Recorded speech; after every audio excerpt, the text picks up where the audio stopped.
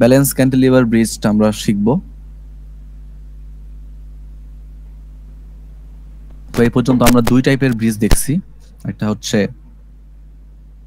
Simply supported bridge, এরপর হচ্ছে balance pre-stress girder bridge, আর এরপরে আমাদের আরো অনেক টাইপের ব্রিজই আছে, বাট এর মধ্যে এটাও একটা bridge, so balance cantilever bridge. So এত ব্রিজের মধ্যে এটাও আমরা কেন শিখতেছি, কারণ আমরা হচ্ছে আমাদের মেইন পারপাস হচ্ছে সব রকম ব্রিজ কভার করা না, আমাদের হচ্ছে ডিফারেন্ট টাইপের মেকানিজম শেখা, যে কি কি টাইপের মেকানিজম হইতে পারে। এখন আমরা কিন্তু ট্রাস ব্রিজ কভার করতেছি না, ঠিক আছে, কারণ মোটামুটি সিম্পলি সাপোর্টেড ব্রিজের মধ্যে ট্রাস ব্রিজের মতোই, মানে সিমিলার ক্যারেক্টারিস্টিক, মেকানিজমও কাছাকাছি, হালকা একটু চেঞ্জ। সো তোমরা যদি রিয়েল লাইফে কখনো এরকম প্রফেশনাল লাইফে ট্রাস ব্রিজ ডিজাইন করার সুযোগ পাও, তখন ওই সিম্পলি সাপোর্টেড ব্রিজের কনসেপ্ট দিয়ে মোটামুটি ইনিশিয়েট করতে পারবা।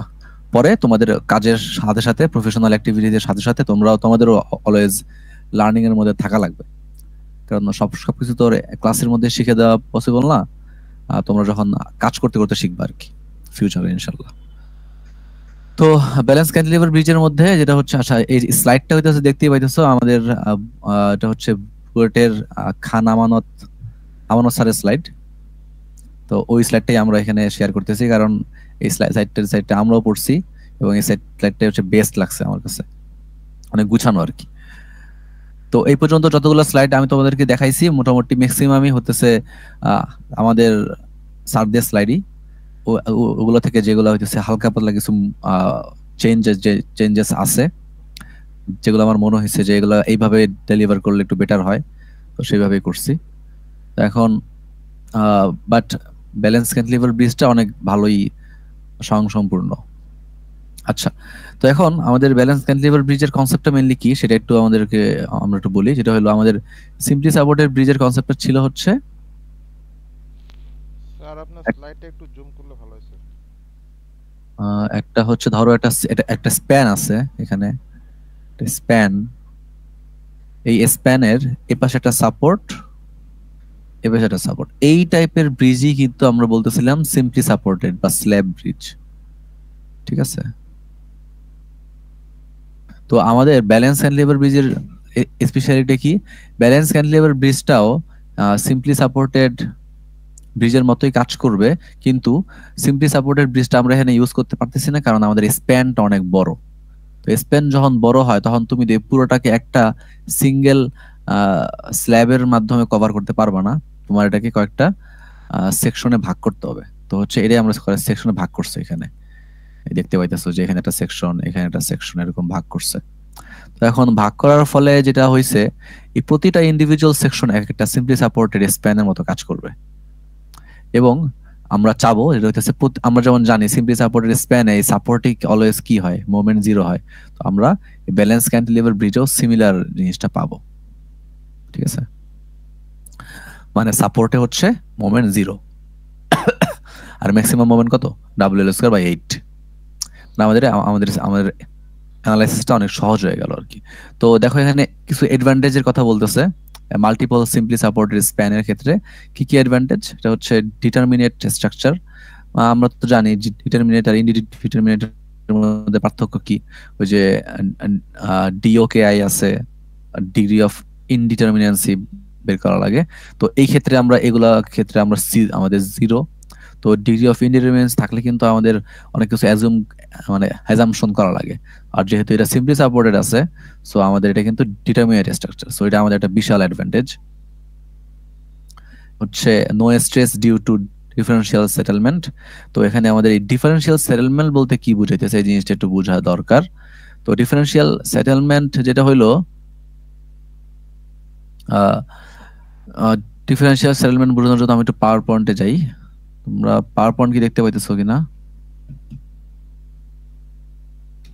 আচ্ছা, তো ডিফারেন্সিয়াল সেটেলমেন্ট জিনিসটা বোঝার জন্য একটা সিনারিও এমনি চিন্তা করো, যেটা হচ্ছে ধরো তোমার কাছে কয়েকটা কলাম আছে এখানে। তো কলামগুলো তো নিচে অবশ্যই ফাউন্ডেশন থাকবে, তাই না?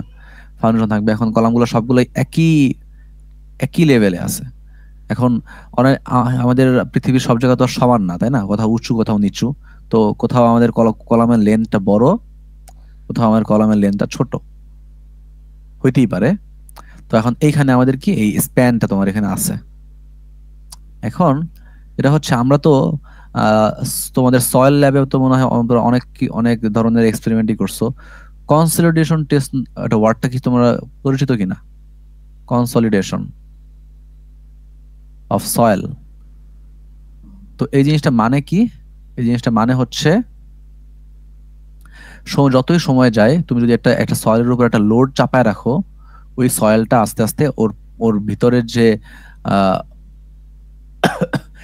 তোমার ইন্টারকানেক্টেড যে পোর গুলো আছে, ওই পোর গুলোর মধ্যে ও কিছুটা কিছুটা ওয়াটার এবং ময়েশ্চার হইতেছে ও কন্টেইন করে রাখতেছে, ঠিক আছে? এখন এই তুমি যদি এই লোডটা যে পড়তেছে কন্টিনিউয়াসলি অনেক সময় পর, বছরের পর বছর, এই এই এই এই লোডটা, এই ভিতরের যে এই ডিফারেন্ট ডিফারেন্ট পোরের মধ্যে যে ময়েশ্চারটা আছে বা পানিটা আছে, সহজ কথায় এই পানিটা আস্তে আস্তে করে বের হয়ে যায় বা সরে যায়, ঠিক আছে? তো যখন এই পানিটা সরে গেল তখন তো এখানে কিছুটা ভলিউম খালি হয়ে গেল বা ভয়েড ক্রিয়েট হইলো। আর যখন এই ভয়েড ক্রিয়েট হয় তখনই কিন্তু এইটা এই পোর্শনটা কি হয়, নিচে নামা শুরু করে, তাই না? তখন ভাঙা মানে এই জন্য দেখবা রাস্তার মধ্যে হুট করে সুন্দর রাস্তা বানাইছে, বা রাস্তার মধ্যে একটা সুন্দর একটা গর্ত, গর্তের মধ্যে কি কোনো ফাটল মাটল কিছুই নাই, খালি কি কংক্রিট এরকম ডেবে গেছে, তাই না? এই জিনিসটা কেন হয়? এই জিনিসটা এটার জন্য হচ্ছে যে অনেক বছর ধরে রাস্তাটা ছিল, এই লোডটা পড়তে পড়তে সময়ের, সো এই কনসলিডেশন অফ সয়েলটা কিন্তু পুরোটাই টাইম ডিপেন্ডেন্ট। সেটেলমেন্ট বলে নাকি? সেটেলমেন্ট, হ্যাঁ, সেটেলমেন্টে কিন্তু সেটেলমেন্ট ডিফারেন্ট ডিফারেন্ট কারণে হয়। একটা হইতেছে তোমার কনসলিডেশনের জন্য, আর আরেকটা আরো অনেক ডিফারেন্ট ডিফারেন্ট কারণ আছে, ঠিক আছে? তো এই যেটা হচ্ছে টাইম ডিপেন্ডেন্ট যে ব্যাপারটা, সেটা হচ্ছে তোমার কনসলিডেশন, ঠিক আছে? তো এখন তো তোমার যদি একটা স্প্যান হয় যে পুরোটাই ইন্টার কানেক্টেড, তো এখানে সমস্যাটা কি? ধরো তোমার এইখানের সয়েলটা কনসলিডেট হয়ে হয়ে গেছে, ঠিক আছে? যখন কনসলিডেট হবে তখন তোমার এই কলামটা তো নিচে নেমে আসবে, তাই না? নিচে নেমে আসবে। নিচে যখন নেমে আসবে তখন কি এই এই ব্রিজটা এখানে কি এরকম বাঁকা হয়ে যাবে না? এরকম বাঁকা হয়ে যাবে, বাঁকা হয়ে যাবে, এবং এখানে কিন্তু মোমেন্ট আসা বেশি শুরু করবে, এবং তখনই কিন্তু এই একটা সেটেলমেন্টের জন্য পুরো স্ট্রাকচারটা কিন্তু হ্যাম্পার হইতেছে। বাট তোমারটা যদি সিম্পলি সাপোর্টেড হইতো, মানে কি? মানে হচ্ছে কলামে কলামগুলা এইভাবে অবস্থায় আছে, এরকম অবস্থায় আছে। তো এখন একটা ধরো একটা স্প্যান তোমার এরকম আছে, তোর আরেকটা স্প্যান এরকম আছে, আরেকটা স্প্যান এরকম আছে, সবগুলো কিন্তু সিম্পলি সাপোর্টেড। এখন যেটা হচ্ছে, যদি এই কলামটা নিচে নামা শুরু করে তখন তোমার শুধুমাত্র প্রথম কলামটা আর সেকেন্ড কলামটা কিন্তু কিছুটা এফেক্টেড হয়েছে, কিন্তু ওর সাথে কিন্তু ওর কোনো সম্পর্ক নাই, ও একটু জাস্ট বাঁকা হয়ে গেছে, ও সেম একটু বাঁকা হয়ে গেছে, কিন্তু এই বাকিগুলো কিন্তু সুন্দর মতো স্ট্রেটই আছে। সো ও বাকিগুলো কিন্তু কোনো সমস্যা ফেস করতেছে না। সো এই জিনিসটাকে বলা হয়তো তোমার ডিফারেন্সিয়াল সেটেলমেন্ট হবে না। ডিফারেন্সিয়াল সেটেলমেন্ট মানে হচ্ছে যে একটা কলামের জন্য পুরা স্ট্রাকচারে, যে এই পাশে যে আরো স্ট্রাকচার আরো ইয়া ছিল, ওইখানে কিন্তু ক্ষুদ্র ক্ষুদ্র সেটেলমেন্ট হয়ে মানে দেখা যাবে। এইটা তোমার ধরো হইতেছে এতটুকু নামছে, তোমার আগে ছিল এই জায়গায়, এখন হচ্ছে এতটুকু, এতটুকু নামছে ডেল। এই ডেলের জন্য এখানেও দেখা যাবে এই কলামটাও তোমার কিছুটা ফেস করতেছে, কিছুটা ডিফ্লেকশন ফেস করবে। তো এই জিনিসটা হচ্ছে ডিফারেন্সিয়াল সেটেলমেন্ট। বাট আমাদের যখন different different simply supported span থাকে তখন কিন্তু এই ডিফারেন্সিয়াল সেটেলমেন্টটা হয় না, শুধুমাত্র এইখানে সেটেলমেন্ট হইতেছে, কিন্তু এইখানে কিন্তু কোনো সেটেলমেন্ট হচ্ছে না এই বাকি যে জায়গাগুলাই। তো এইটা হচ্ছে আমাদের একটা অ্যাডভান্টেজ। তো এরপরে যেটা হচ্ছে ডিসঅ্যাডভান্টেজের মধ্যে কি কি আছে,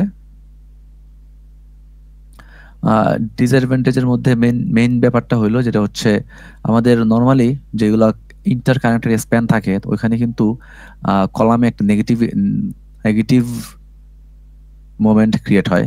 সো নেগেটিভ মোমেন্ট ক্রিয়েট হওয়ার ফলে তোমার পজিটিভ এ পোর্শন কিন্তু কম পরিমাণ আসে, WL²/12 হয় বা 10 হয়, এরকম হয়।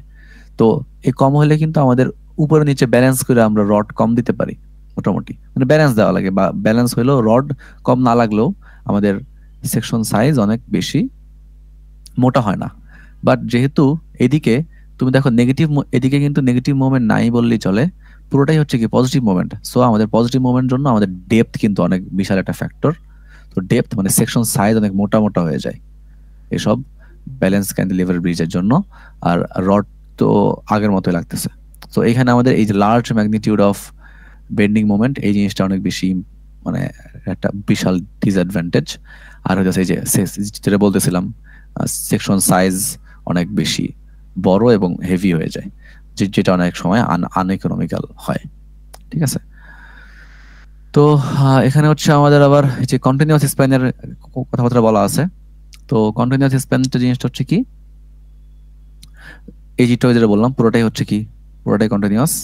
তো এখানে হচ্ছে মেইন সুবিধা হচ্ছে আমাদের magnitude of maximum moment reduced, মানে ম্যাক্সিমাম মোমেন্টের ভ্যালু কিন্তু অনেক কমে আসছে WL²/12 নেগেটিভে, আর ইয়াতে হচ্ছে WL²/24 পজিটিভে।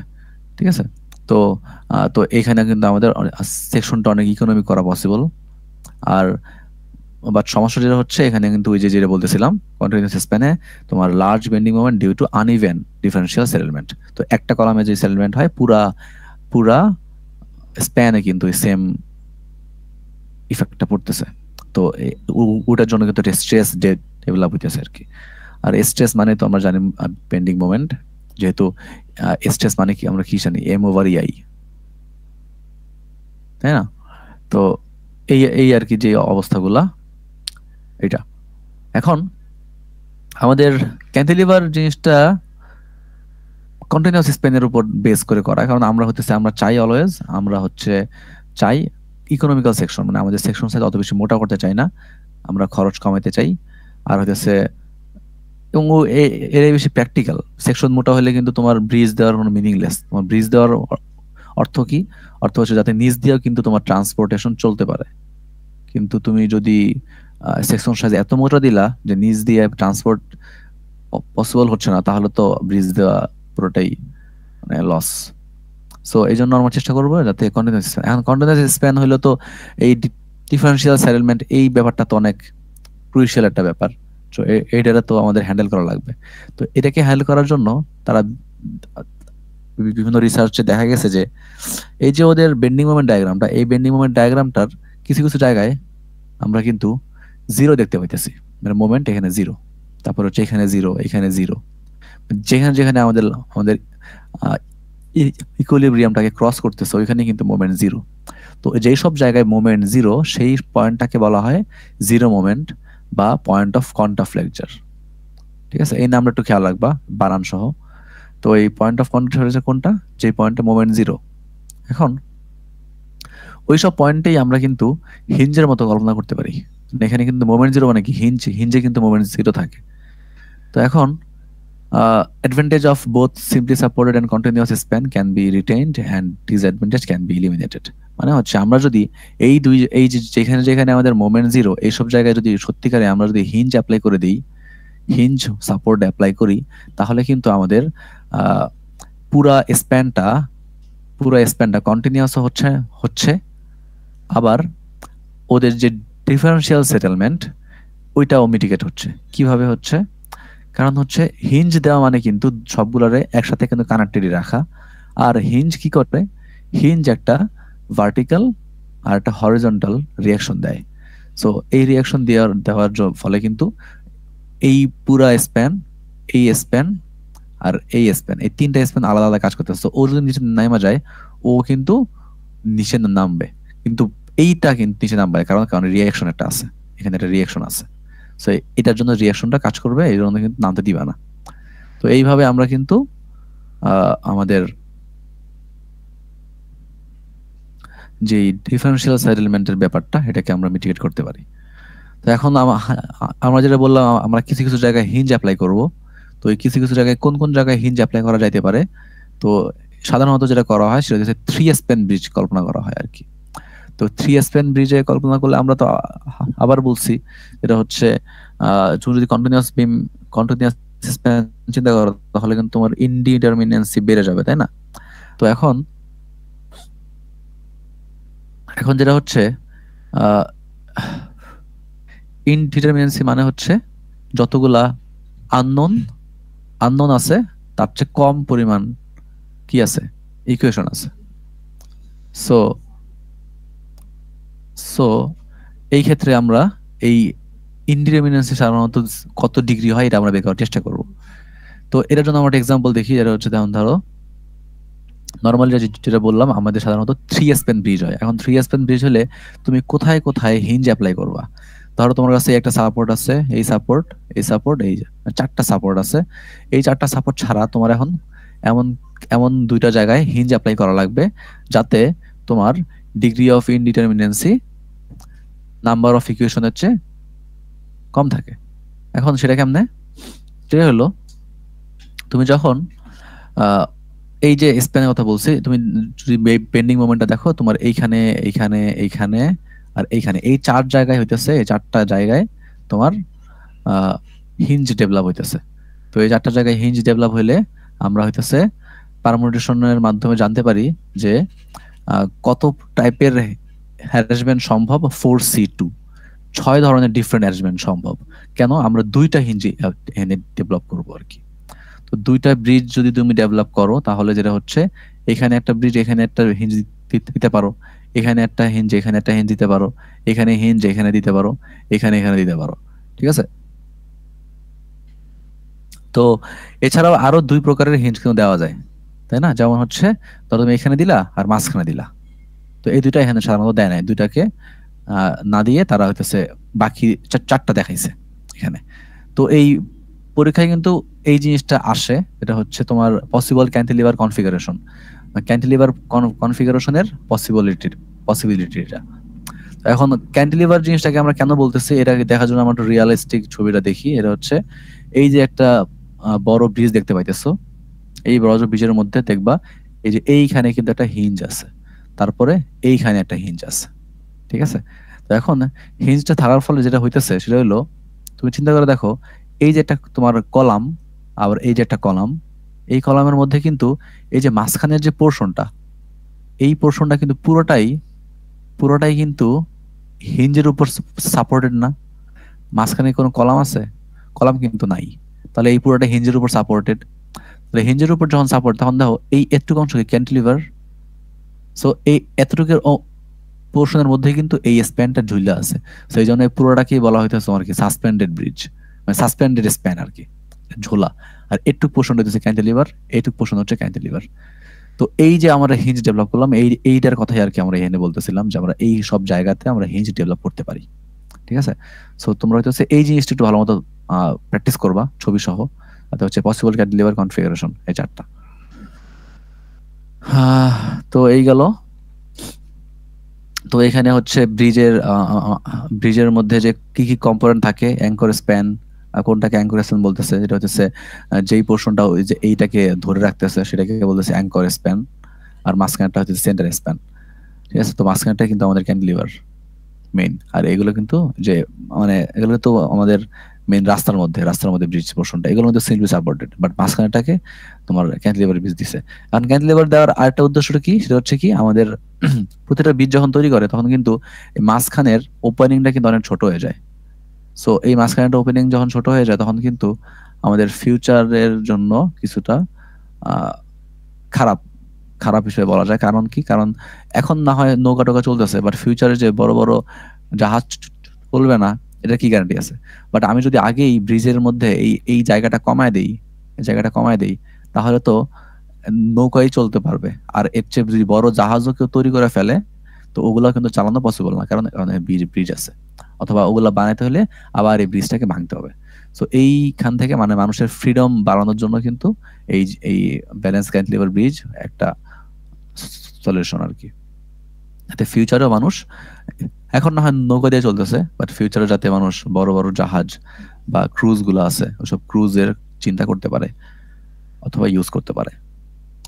তো এখন যেটা হচ্ছে, আমাদের যেহেতু বুঝতেই পারতেছো যে আমাদের একটা হিঞ্জ আছে, তো এই হিঞ্জের উপরে কিন্তু এই মাঝখানের পুরো স্প্যানটা এটা কিন্তু সাপোর্টেড অবস্থায় আছে। তো এই পুরো স্প্যানের জন্য কিন্তু আমাদের এই যে জয়েন্ট আছে, মানে হিঞ্জের যে জয়েন্টটা, এই হিঞ্জের জয়েন্টটাতে এক্সট্রা এক্সট্রা তোমার মেনটেনেন্স বা কেয়ার নেওয়া লাগে। তো এখন এইখানে ডিজাইন করার জন্য কিন্তু আমাদের আলাদা আলাদা কিছু মেজার নেওয়া লাগবে, যাতে এই আর্টিকুলেশনটা বা হাভিং জয়েন্টটা খুবই শক্তপোক্ত হয়। ঠিক আছে?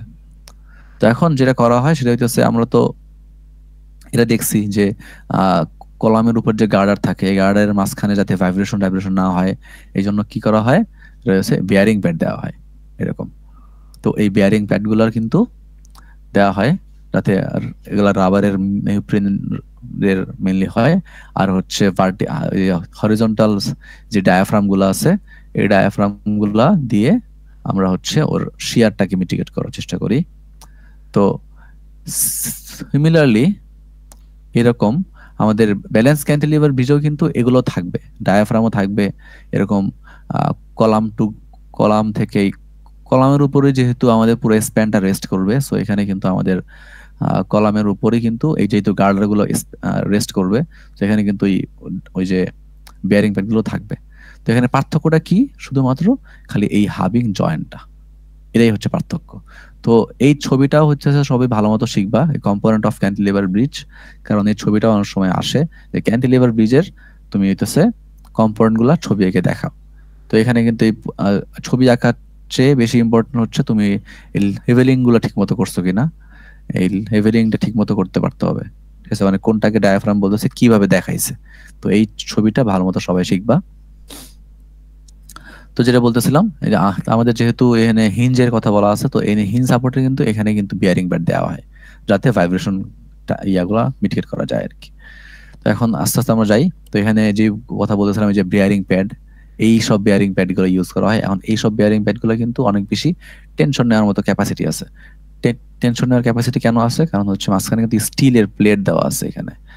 ঠিক আছে? কারণ হিউজ পরিমাণ কম্প্রেসিভ ফোর্স কিন্তু এখানে পড়তেছে, তাহলে এটা কিন্তু চাপ দিয়ে ভেঙে ফেলার কথা গাড়ি যাওয়া আসা করলে। সো এটা যাতে না ফেলায়, এই জন্য কিন্তু এটাকে রাবারের মধ্যে আবার স্টিল প্লেট ইনসার্ট করার মাধ্যমে ওর টেনশন ক্যাপাসিটি অনেক বাড়ানো হয়েছে।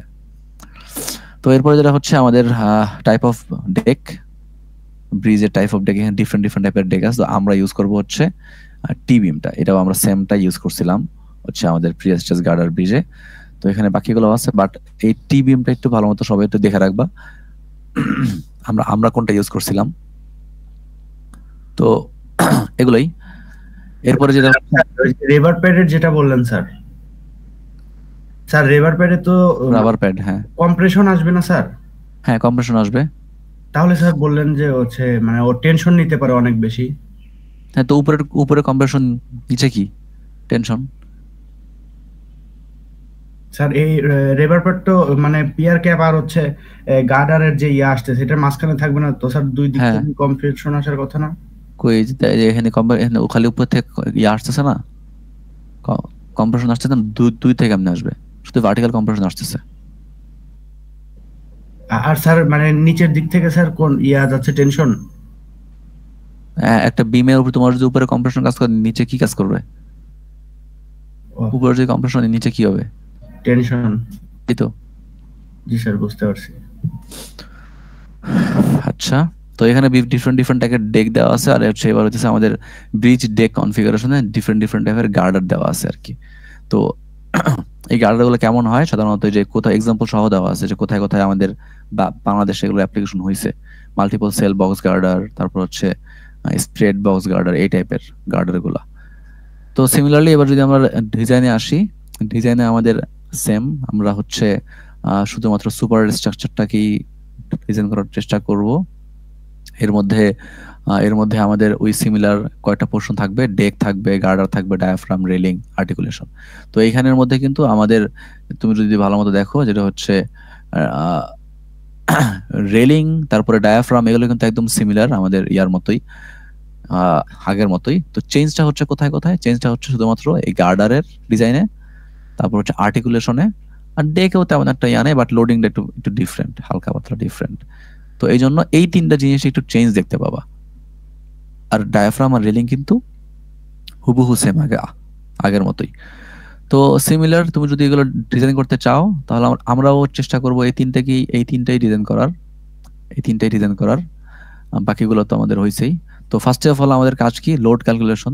তো যত টাইপের লোড আছে এগুলো কিন্তু তোমরা ওই আগের আগের দুটো ব্রিজে সেম আলোচনা করা হয়েছে। ইম্প্যাক্ট লোড কি, ইম্প্যাক্ট লোড, তারপরে ভেহিকুলার লোড এগুলা, তারপর হচ্ছে আমাদের ডিজাইন ভেহিকেল গুলা কি কি ছিল, truck load, tandem load, lane load, এগুলো তোমরা রিসেন্টলি করে আসছো। কোনটার কত কত ইয়া, সব এগুলো সেম আগের মতোই। লেন লোড 640 PLF, এইসব ব্যাপার। তারপর হচ্ছে কম্বিনেশন অফ লোডস, যে আমাদের ফ্যাক্টর লোড কেমনে দেওয়া হয়, এগুলা সিমিলার, কোনো পার্থক্য নাই। তারপরে ওই যে আবার বলছিলাম লিমিট স্টেটের ব্যাপার, সব ব্রিজেই কিন্তু এই ব্যাপারগুলো সিমিলার। আমরা হইতেছে এখানে সিমিলার ওই যে আগের মতো স্ট্রেংথ 1 তার স্ট্রেংথ 3 এর মতো কাজ করব। আর হলো সার্ভিস 1 এর জন্য আমরা এই লিমিট স্টেটের জন্য ডিজাইন করব। তো ডিজাইন করার জন্য আমাদের যে ফর্মুলাগুলো কেমনে আসে, এই চারটাও কিন্তু আমি তোমাদেরকে এক্সপ্লেন করছিলাম আগে। তো এখানে সিমিলার চার্ট এখানেও দেওয়া আছে, একই জিনিস। এরপরে আবার একই জিনিস দেওয়া আছে যে ইম্প্যাক্ট অ্যালাউন্স কেন বলা আছে। তোমাদেরকে বলছিলাম এটা থিওরিটা আবার ভালো মতো পড়তে, কেন দেওয়া হইতেছে এটাকে। আর হচ্ছে এখানে হচ্ছে তুমি হইতেছে ওই যে লেনের জন্য তোমার ইম্প্যাক্ট, মানে কোনটার জন্য তোমার ইম্প্যাক্ট অ্যালাউন্স কত। তো আমরা সাধারণত 33% ইউজ করি সব ক্ষেত্রে। তো এই হচ্ছে ওভারঅল কেস। তারপর হচ্ছে আমাদের যে সেম কাহিনী, প্রি স্ট্রেস গার্ডার ব্রিজে যেমন দেখছিলাম 3-4টা লেন থাকলে আমরা আমাদের লোডটা কিছুটা কমায় ফেলতে পারি। তো এই ব্রিজের ক্ষেত্রেও সিমিলার কনসেপ্ট অ্যাপ্লিকেবল। তো এইবার আসি আমাদের এখানে ব্রিজের জিওমেট্রি।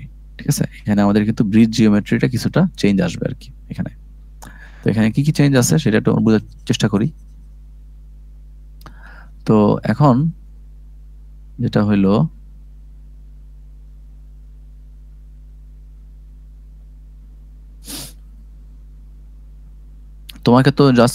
তোমাকে তো শুধুমাত্র লেন্থ দেওয়া থাকবে, ব্রিজের লেন্থ।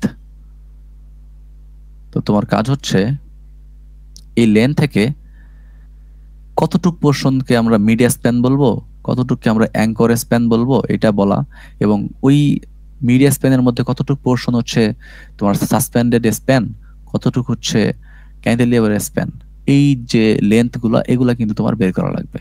এখন কেমনে বের করবা, এটার জন্যই হইতেছে তোমাকে কি বলে সব ফর্মুলা দেওয়া আছে। তো এখন এই ফর্মুলা কই থেকে আসছে? এই অ্যাস্ট্রো 212 2012 এইখান থেকে আর কি মেইনলি আসছে। তো ঠিক আছে, তো এখন আমরা যাই।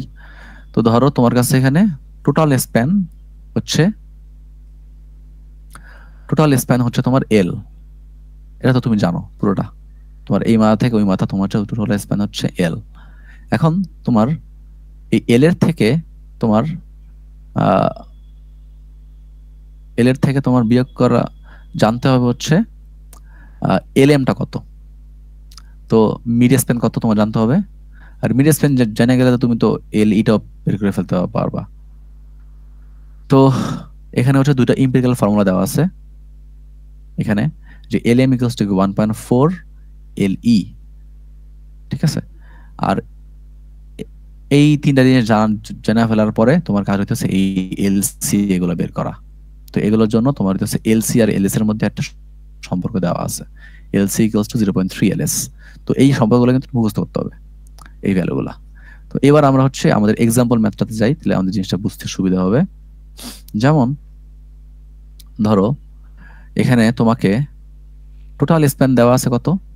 আচ্ছা আমি এই ছবিটাই নিয়ে নিই, তাহলে আমাদের জন্য বেটার হবে বুঝতে।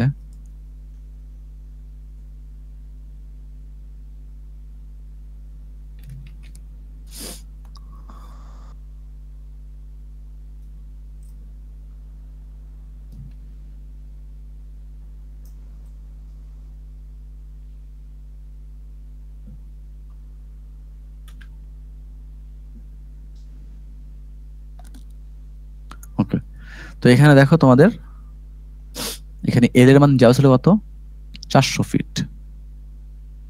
সবারই কিন্তু ডিফারেন্ট ডিফারেন্ট দেওয়া থাকবে, এল এর মান 400। এখন আমাদের বের করা লাগবে হচ্ছে এই এলএমটা কত। তো এখন এলএমটা তুমি দেখো এই যে পুরাটা ইয়াতে আমি কি এখানে লিখতে পারি এরকম যে এল ইকুয়ালস টু যেহেতু 400, তাহলে এল মানে কি 2LE প্লাস এলএম। এই ছবিতে দেখতে পাইতেছো দুইটা এলই আছে আর একটা এলএম। এবার আমাদের সম্পর্ক হচ্ছে এলএম ইকুয়ালস টু 1.4 এলই। তাহলে এলএম এর মান আমি এখানে বসাই দেই, এলএম ইকুয়ালস টু 1.4 এলই, আর এল এর মান তো আমরা জানি 400। তো এখান থেকে তুমি ইজিলি এলই পাই যাবা, এলই পাই গেলা। এলই যখন পাই গেলা তুমি কিন্তু ইজিলি এলএমও পাই যাবা। 1.4 এলই থেকে তুমি কিন্তু এলএমও পেয়ে গেলা। এইবার আমাদের দরকার হচ্ছে এলসি আর এলএসটা বের করা। তো এলসি আর এলএস এর আমরা যদি এখানে তাকাই, এটা হচ্ছে এলসি আর এলএস এর মধ্যে দেখো দুইটা এলসি আর যদি এলএস যোগ করো তুমি কি পাও, এলএম পাও। তাহলে আমরা লিখতে পারি এরকম যে এলএম ইকুয়ালস টু কি 2LC প্লাস এলএস। তো এই এলএম কিন্তু আমি জানতে পারছি যে এখান থেকে। এবার এলসি আর এলএস এর মধ্যে এলসি এর সম্পর্ক দেওয়া 0.3 এলএস, তাহলে এলসির বদলে আমি লিখতে পারি 0.3 এলএস। তো এখান থেকে তুমি কিন্তু ইকুয়েশন সলিউশন করে তুমি এলএস পাওয়া যাবে, আর এলএস যখন পাওয়া যাবে তুমি কিন্তু এলসিও বের করে ফেলতে পারবা, কারণ এলসি সমান হচ্ছে 0.3 এলএস। সো তুমি কিন্তু এটা পেয়ে গেলা। সো তোমার কিন্তু তাহলে ব্রিজ জিওমেট্রি যে কম্পোনেন্ট গুলা সবগুলো তোমার জানা হয়ে গেল।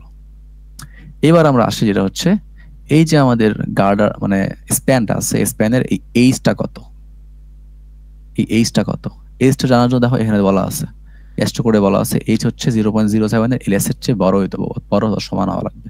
তাহলে আমরা ইজিলি আমরা বলে দিব যে এইচ মানে হচ্ছে 0.07 এলএস। এলএস আমরা এখানে বের করে রাখছি। সো তাহলে আমরা এইচও পেয়ে গেলাম। ঠিক আছে, তো এই হচ্ছে আমাদের মোটামুটি ব্রিজ জিওমেট্রি। ব্রিজ জিওমেট্রির পরে এরপরে আমাদের আরো কিছু কম্পোনেন্ট জানা থাকা লাগবে, যেটা হইলো এই যে তুমি এই পাশে যে গার্ডার গুলা দিবা, এই গার্ডার গুলার উইথটা কত। এই উইথটা কত হবে h/4, এই যে এখানে দেওয়া আছে h/4 থেকে h/3 বা 18 ইঞ্চিতে বড় হইতে হবে। আর থিকনেসটা কত হবে, এই যে আমাদের এই যে গার্ডারের উপরে একটু আগে কিন্তু আমরা এগুলো কিন্তু এগুলো কিন্তু ডেক স্ল্যাব না, এগুলো কিন্তু গার্ডারের উপরের পোর্শনটা, যেমন হচ্ছে যে এইটাকে বলতেছি, এটা না সরি, এই যে পুরোটা এটাকে আমরা বলতেছি এইচ, এটাকে বলছি এইচ। এখানে একটু ছবিতে একটু ডিফারেন্ট মনে হইতে পারে। তো এখন হচ্ছে আমরা এই যে এই গার্ডের উপরে হইতেছে আমরা কি রাখবো থিকনেস, এই থিকনেসটা কত s/12। এসটা কি গার্ডার টু গার্ডার স্পেসিং, গার্ডার স্পেসিং সিমিলার। ওকে, তো এই অবস্থায় এখন তোমাদেরকেও আমার সিমিলার, যেমন প্রিভিয়াস গার্ডার ব্রিজে যেমন আমরা দিছিলাম সেম তোমাদেরও এখানেও সেম থাকবে, যেটা হচ্ছে এই যে এখানে কিছু বলা আছে। তো আমরা একটু ডাটাটা বুঝা নেই। ডাটাটা বোঝার জন্য যেটা হচ্ছে দেখো তোমাদের সবার জন্য এলটা দিলে কিন্তু তোমাদের জন্য এনাফ, আর কিছু লাগবে না। ঠিক আছে, তো এলটা হচ্ছে তোমাদের স্টুডেন্ট আইডির লাস্ট 2 ডিজিট ইনটু 2, আর যোগ করবা হইতেছে কত 300। যাদের রোল অড আর যাদের রোল হচ্ছে ইভেন তারা যোগ করবে কত 340। এক্সাম্পল দেওয়া আছে, ধরো তোমার লাস্টের 2 ডিজিট আছে 00 আছে, লাস্টের 2 ডিজিট, এর সাথে 2 গুণ দিবা, তারপর যোগ করবা। এখন 00 মানে কি জোড় সংখ্যা, তাই না? জোড় সংখ্যা হলে এটা হলে ইভেন, তুমি 340 যোগ করবা, তোমার স্প্যান আসবে কত 340। ধরো আরেকজনের আইডি হচ্ছে লাস্টে 11, তো এটাকে 2 দিয়ে গুণ দিবা 22, তাহলে 300 যোগ করবো কত 300, তাহলে তোমার অড অ্যান্সার আসবে। তো তোমারটা হচ্ছে 300, এটাও তোমার এল। তো এই এল পেয়ে গেলে তুমি কিন্তু সুন্দর মতো তুমি ব্রিজের জিওমেট্রিটা পেয়ে যাবা। তো সবার ক্ষেত্রে কিন্তু ভ্যালুগুলো ডিফারেন্ট হবে আর সবকিছু কিন্তু ডিফারেন্ট হবে এখানে। আচ্ছা, তো এখন আমরা যেটা করি আরেকটা ব্যাপার যেটা ইম্পর্টেন্ট সেটা হলো আমরা তো এটার মাধ্যমে এগুলো সবকিছু সবারই সেম থাকবে, নাম্বার অফ লেন থাকবে 2টা, ক্লিয়ার কভার সবই এখানে যা দেওয়া আছে সেমই থাকবে, কোনো পার্থক্য নাই। আর হচ্ছে সাইড ওয়াকটাও আমাদের সেম 3.5 ফিট। আর হচ্ছে ওয়ারিং কোর্স এটাও হচ্ছে 30 PSF এখানে। আর আমরা হচ্ছে যেখানে দেখবা যেখানে আমাদের পিয়ারটা থাকে, পিয়ার, ওই পিয়ারে আমরা আমাদের গার্ডারের ডেপথ একটু বাড়ায় দিই, মানে হচ্ছে কত দ্বিগুণ করে দিই। যাদের লেন্থ হচ্ছে 350 থেকে কম তাদের ক্ষেত্রে আমরা দ্বিগুণ করি, আর যাদের স্প্যান হচ্ছে 350 বেশি তাদের ক্ষেত্রে আমরা 1.5 গুণ করি।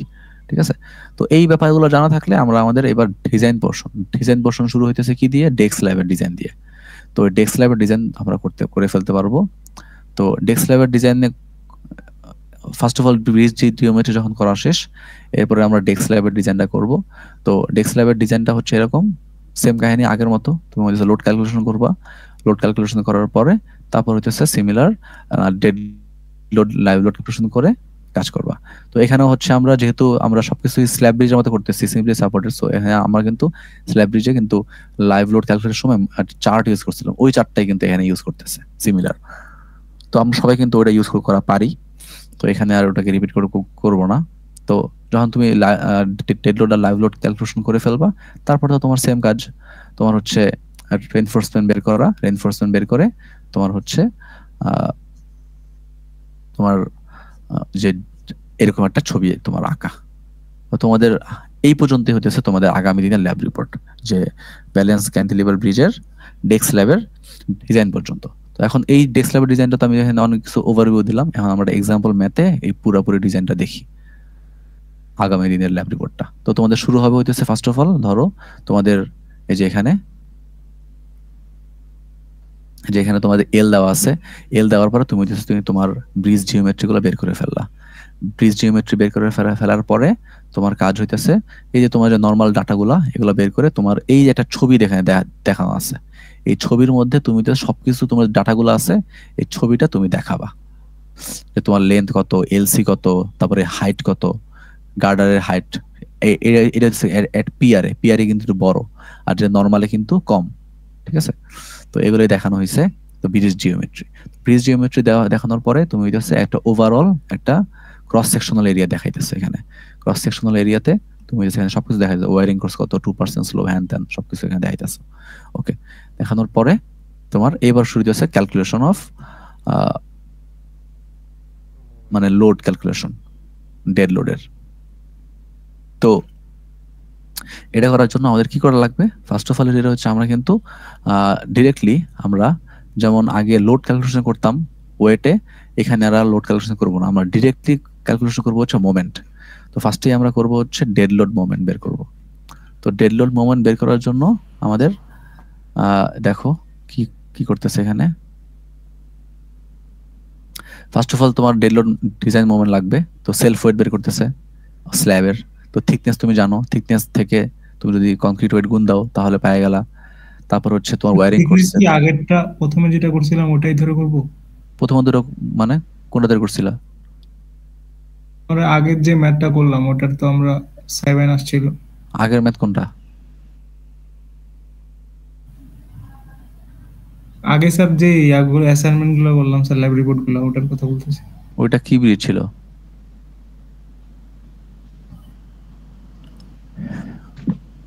ওইটা কি ব্রিজ ছিল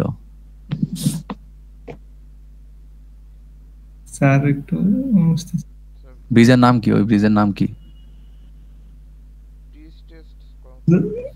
প্রিস টেস্ট স্যার। আর আজকে আমরা কি ব্রিজ করতেছি? স্যার স্ল্যাব ধরে করতেছি। নাম কি ব্রিজের, আজকের ব্রিজের? স্যার বলতে পারবো না স্যার। তুমি ক্লাস করতেছো? স্যার মাঝখানে স্যার নামাজে গেছিলাম স্যার। এর আগে পরে ছিলা? স্যার নামাজের পরে স্যার আসছি, তারপরে স্যার রেকর্ড করে চলে গেছিলাম স্যার। এই জন্য তো সমস্যা যে রেকর্ড করে চলে গেছে, এই জন্য কিছু বুঝতেছো না। আচ্ছা, তাহলে যেটা হচ্ছে আমরা এখানে সেলফ ওয়েটটা বের করব স্ল্যাবের। তো এখানে থিকনেসকে তুমি 150 দিয়ে গুণ দিবা, তাহলে তুমি পেয়ে যাবা সেলফ ওয়েট।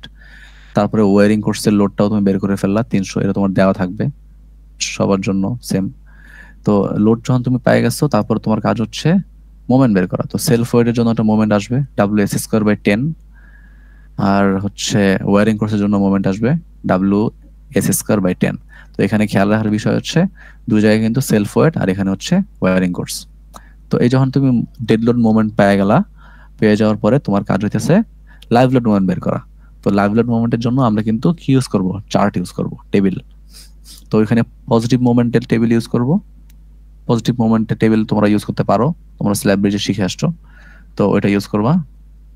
আর হচ্ছে সেম কাহিনী নেগেটিভ মোমেন্টের জন্য যে ইয়াটা আছে ওইটাকে, তো এই ক্ষেত্রে কিন্তু আমাদের ইন্টারপোলেশন করতে হবে।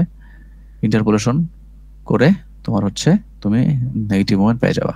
তারপরে তুমি লোড কম্বিনেশন ইউজ করে তুমি হচ্ছে ডিজাইন মোমেন্ট বের করবা।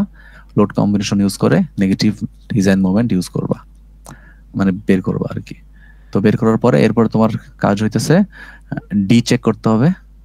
ডি চেকের জন্য আমাদের যে ফর্মুলা আছে ওটা ডি চেক করবা। ডি চেক করলে দেখা যায় যে সবসময় আমাদের যেটা রিকোয়ার্ড ওটা থেকে বেশি আসে, তো এটা ওকেই হয়। এরপরে আমাদের কাজ সেম আগের মতো, মেইন রেইনফোর্সমেন্ট বের করা। তো মেইন রেইনফোর্সমেন্ট বের করবা হইতেছে ওদের ট্রায়াল বেসিসে, ট্রায়াল দেওয়ার মাধ্যমে পজিটিভ রেইনফোর্সমেন্ট আর হচ্ছে নেগেটিভ রেইনফোর্সমেন্ট বের করবা, পজিটিভ মোমেন্ট ইউজ করে আর নেগেটিভ মোমেন্ট ইউজ করে। তো তো তুমি এখানে তুমি এখন যেহেতু এগুলা হচ্ছে আমাদের পজিটিভ রেইনফোর্সমেন্টের জন্য বটম রেইনফোর্সমেন্ট আর নেগেটিভের জন্য টপ রেইনফোর্সমেন্ট। তো এগুলো যখন হয়ে যাবে তারপরে তোমার এখানে কিছু কিছু ফর্মুলা আছে, যে এস ম্যাক্স এর ফর্মুলা, এগুলো তোমার অ্যাপ্লাই করা লাগবে, এগুলো সবাই তোমরা জানো, এগুলাকে অ্যাপ্লাই করে দেখাবা। এরপরে এটা হচ্ছে ডিস্ট্রিবিউশন রেইনফোর্সমেন্ট। সেম কাহিনী আমরা যেমন স্ল্যাব ব্রিজে করতেছিলাম, এখানে কিন্তু সিমিলার প্রসেসই আগাইতেছি। তো এখানে হচ্ছে আমাদের ডিস্ট্রিবিউশন রেইনফোর্সমেন্টে তোমাদের যেটা সেটা দেখা লাগবে, আমাদের কিছুই বলা না থাকলে আমরা কি ধরে নিব, পারপেন্ডিকুলার টু ট্রাফিক, এটা ধরে নিব আমাদের প্রাইমারি রেইনফোর্সমেন্টটা। তো যেহেতু আর যদি বলা থাকে কোনটা কোনটা, সেটা কিন্তু তোমাদের স্লাইডেই বলে দেওয়া আছে যে তুমি কোনটার ক্ষেত্রে কোনটা ধরবা ডিস্ট্রিবিউশন রেইনফোর্সমেন্ট বের করার জন্য। যেমন হচ্ছে তুমি যদি এই স্লাইডটা দেখো তাহলে বুঝতে পারবা, এই যে for primary reinforcement parallel to traffic, তাহলে এই সূত্র এগুলো আমরা কিন্তু স্ল্যাব ব্রিজে দেখছিলাম, ঠিক আছে, পারপেন্ডিকুলার টু ট্রাফিক। তো এটাকে বলছে আমার ডিফল্ট, কিছুই বলা না থাকলে তুমি এটা ধরে কাজ করবা, মানে 220/√s। তো 220/√s দিয়ে মেইন রেইনফোর্সমেন্ট করে দেখা গেছে এটা আসছে, অথবা 67%, এর থেকে ছোট আসে তাহলে এটাই হচ্ছে আমাদের ডিস্ট্রিবিউশন রেইনফোর্সমেন্ট। তো ডিস্ট্রিবিউশন রেইনফোর্সমেন্টে আমরা হইতেছে নাম্বার 4 বার দিয়ে করতেছি, স্পেসিং বের করছি, শেষ। তারপর হচ্ছে ডিস্ট্রিবিউশন রেইনফোর্সমেন্ট অবশ্যই তোমার বটম বারের উপরে দেওয়া লাগবে, উপরে দেওয়া লাগবে। আর টপে দেওয়া লাগবে হচ্ছে টেম্পারেচার শ্রিঙ্কেজ। টেম্পারেচার শ্রিঙ্কেজ বের করার ফর্মুলা আমরা দেখছি আগে, তো সিমিলারলি এখানেও অ্যাপ্লাই করবা। অ্যাপ্লাই করে তুমি হচ্ছে আলটিমেটলি এই ডিটেলিংটা করবা। এখন এখানে কিন্তু ডিটেলিং দুইটা, একটা হচ্ছে ক্রস সেকশনাল ডিটেলিং, এখানে হচ্ছে আমরা মেইনলি দেখতে পাবো হচ্ছে ডিস্ট্রিবিউশন বার আর মেইন বার আর নেগেটিভ বার এগুলা, আর টেম্পারেচার বার। তো এগুলারে আমরা এখন একটা প্ল্যান ভিউ দেখতে চাই। তো প্ল্যান ভিউর জন্য তোমার এখানে দেখানো আছে, ঠিক আছে। তো এই পর্যন্ত হচ্ছে তোমাদের ডেস্ক ল্যাব। তো এরপরে আমাদের শুরু হবে পরের পোর্শন গুলা। তো এই পর্যন্ত তোমরা হইতেছে করবা তোমাদের আগামী দিনের ল্যাব রিপোর্ট। তো আগামী দিনের ল্যাব রিপোর্ট, আর তোমাদের ল্যাব রিপোর্টের নাম হইতেছে, নামটা আমি হইতেছে হোয়াটসঅ্যাপে দিয়ে দিব। তো এই হচ্ছে আপাতত তোমাদের ল্যাব রিপোর্টের নাম দিয়েন স্যার, 7 নাম্বার একটা দেন নাই। 7 নাম্বার ল্যাব রিপোর্টে কি কি ছিল স্যার? ওই যে মোমেন্ট, স্যার শিয়ার মোমেন্টের আমরা ওই যে ট্রাক লোড, লেন লোড এগুলা বের করা, এটার উপর আর কি। আরে বলো কি কি করতেছিলা তোমরা এখানে? Sir shear, sir live load করতেছিলাম স্যার, ওই শিয়ার এন্ড মোমেন্টের ট্রাক লোড, লেন লোড এগুলা স্যার। আচ্ছা আচ্ছা, ঠিক আছে, বুঝছি। তাহলে ওটা হচ্ছে তোমার 7 এ হচ্ছে লাইভ লোড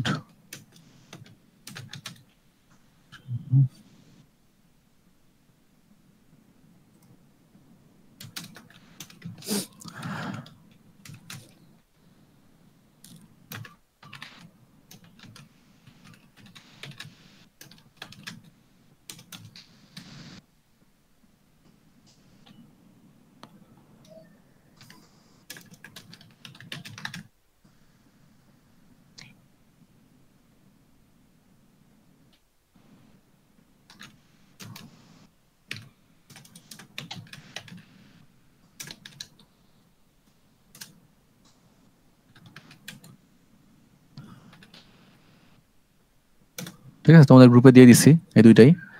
তো হচ্ছে তোমরা এই দুইটা করবা, ঠিক আছে? তো এখন তোমাদের গ্রুপে আমি একটা এক্সেল শেয়ার করতেছি। এই এক্সেলে তোমরা তোমাদের জাস্ট আইডিটা, ঠিক আছে, জাস্ট আইডিটা লিখবা। এটাই হচ্ছে তোমাদের অ্যাটেন্ডেন্স হবে।